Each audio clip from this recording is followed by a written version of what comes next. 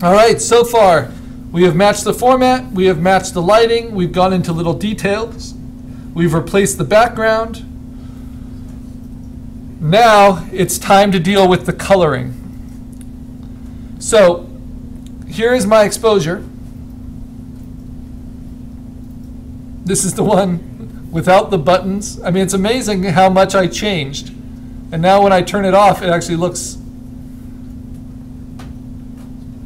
it's just funny. There's lots of little spots on me all of a sudden. So check your progress every once in a while and see that you agree with what you've done. Okay, now I'm going to, just to be safe, make a copy of that. And I have it saved. And now I'm going to play with my color options. And this is pretty extreme. So what I might do is first go to Adjustment, Color Balance, and just shift more to the reds and yellows, just to bring out what's already naturally there in the midtones, in the highlights,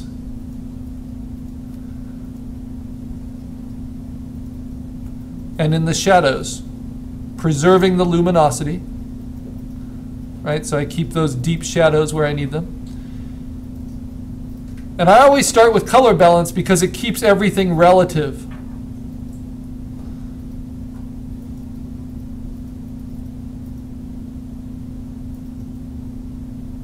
Okay.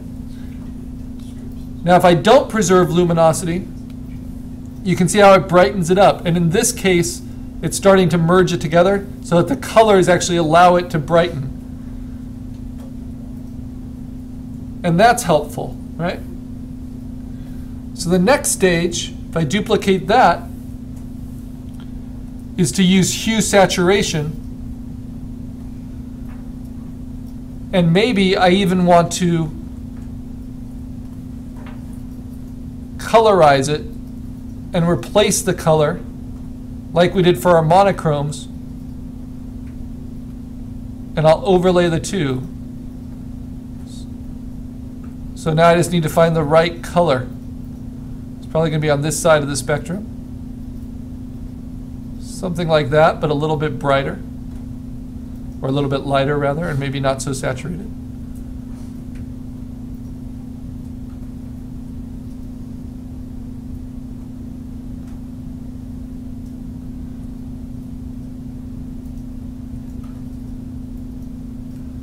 Okay. So that's with color balance, and now this is with hue saturation. And then I can use opacity and blend the two together. Help it work a little bit. Or I can even use a blending mode, such as color, and bring the two together that way. Or saturation, or hue. All of these are different ways of mixing color in your photos, or luminosity. Kind of like that, but it's not matching what I want. All right. So instead, I'm just going to lessen it a little bit. Now the other thing is that this has the colors all blurred together. So once I think I've got the color close, I can adjust this now with color balance and put a little bit more yellow into it, especially into the highlights. And in the shadows, put a little bit more magenta, preserving luminosity again. So there's a lot you can do. Maybe a little bit of blue into those shadows. This feels like it has some depth. Okay, now you see how it's starting to bring all these things together? And you're noticing how my dodging isn't really carrying through enough, so I might have to do that more. But if I use this as a color layer, yeah, that helps a little. Luminosity.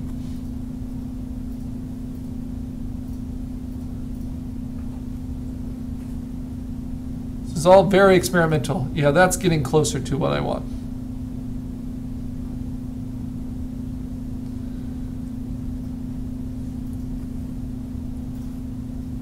Okay, but ultimately, to finish this off, and it's funny that this now looks so desaturated compared to it. So whatever I did there, I'd have to also do to my pedestal. Where is my pedestal? Up here. So I'll deal with that at the end. So ultimately now, after you've done some color alterations, and I can always erase away from it, come on, and get the image I want. So if I want that luminosity in the forehead,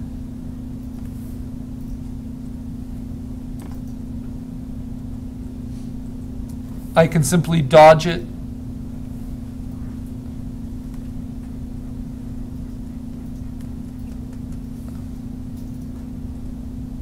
From the midtones.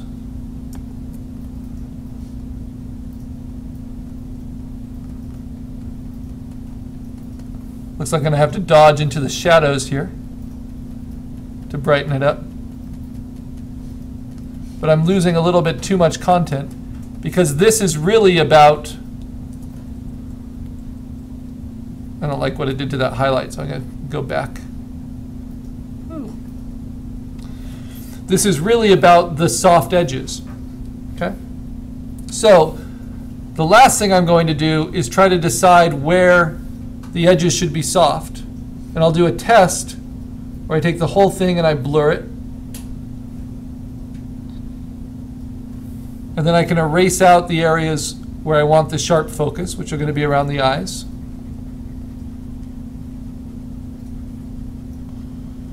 And then I'm going to make a duplicate of my background as well and blur that. And blur it more. And blur it more. Until those edges really start to bite in. The reason I like Gaussian blur is because you can use this slider and really help it affect it.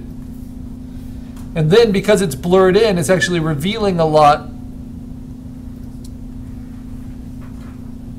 You know, it's very transparent at the edges, so to duplicate it, you just duplicate it over and over and it will keep biting away, like that. And then what you can do is merge all of those layers together, Command E,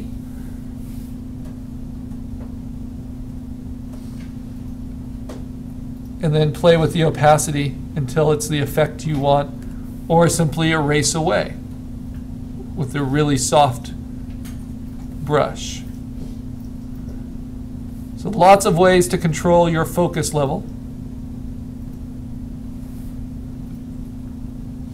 It's all about being able to control it by hand. To have that feeling of being suspended in liquid, I think I actually want to have a gradation layer that's just solid above everything. And it's still going to remember my gradation settings. So let's just paint one of those in, and then I can play with that transparency as well. So there we go. I'm going to put it over everything and just play with its opacity. Play with this. Get that edge where I want it.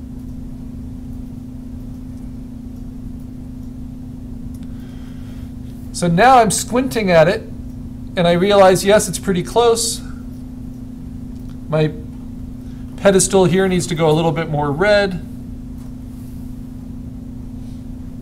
I can just select out individual colors, like the reds, and saturate them, and even change their hue a little bit to match. Right. I can blur that out slightly. Not that much.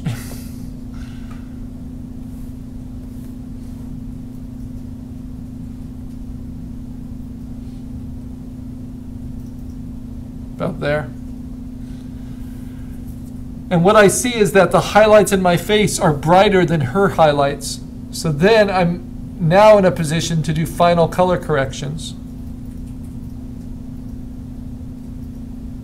If I get into the reds, let's see. I want to duplicate this, bring it up and over. Then I want to go to levels, and I want to limit my highlights so they go darker.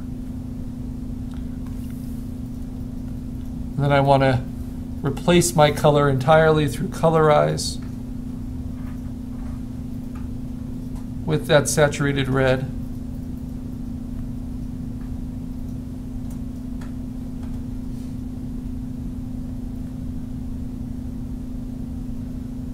And then in my shadows, I want that really deep kind of tone. So what I'll do is I'll erase it away with a low opacity eraser in those areas to kind of bring it all towards the middle. Oh, not around the forehead though, let's see.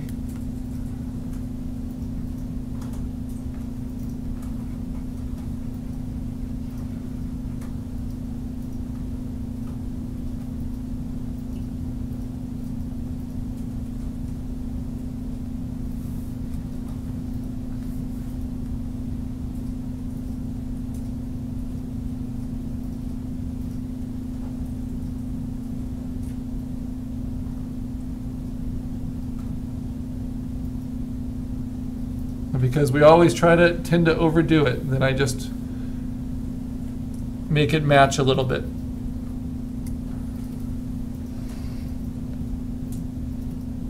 Oh, well, I turn on my dodging and burning. I was forgetting that. That's why nothing was looking quite right. Dodging and burning makes a big difference to the overall.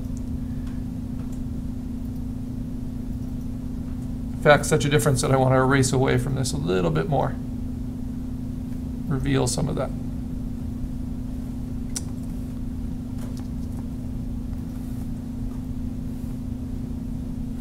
Very subtle.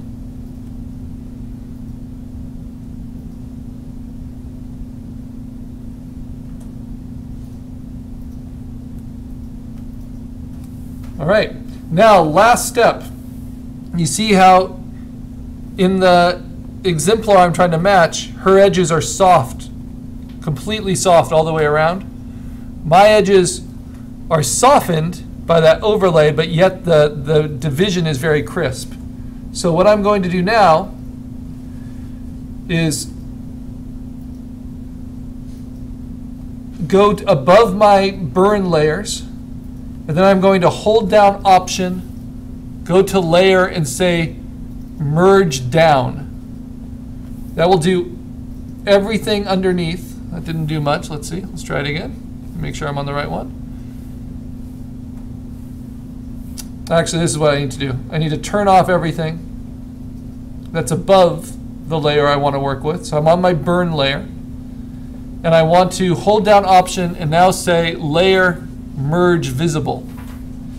And what it will do is it will compress all of these different alterations that I did, and I'll put them onto one 100% opaque layer. I can turn these back on for my reference. And what it allows me to do is to take just this image now and soften its edges. I don't want to soften the middle of it. I only want to soften certain areas. So instead of using Gaussian blur, I am going to use for the first time the blur tool. And it works very much. It's a little droplet of water. It works very much like the dodge and burn tools, except you want to use this at a very high strength because its effects are very subtle, always with a soft, large brush. So on the edges, takes a lot of processing, but now I want to blur those pixels. And this is a pain, but it's the only way you can blur with precision. So you see how that edge is getting softer and softer.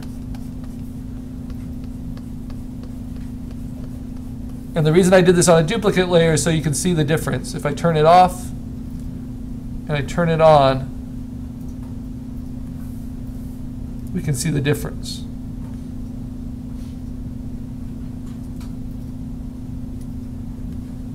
Let me see if I make this 100%.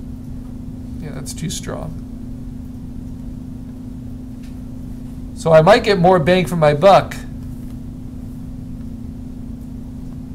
just by blurring this outside and then just erasing away, just because it's going so slow otherwise.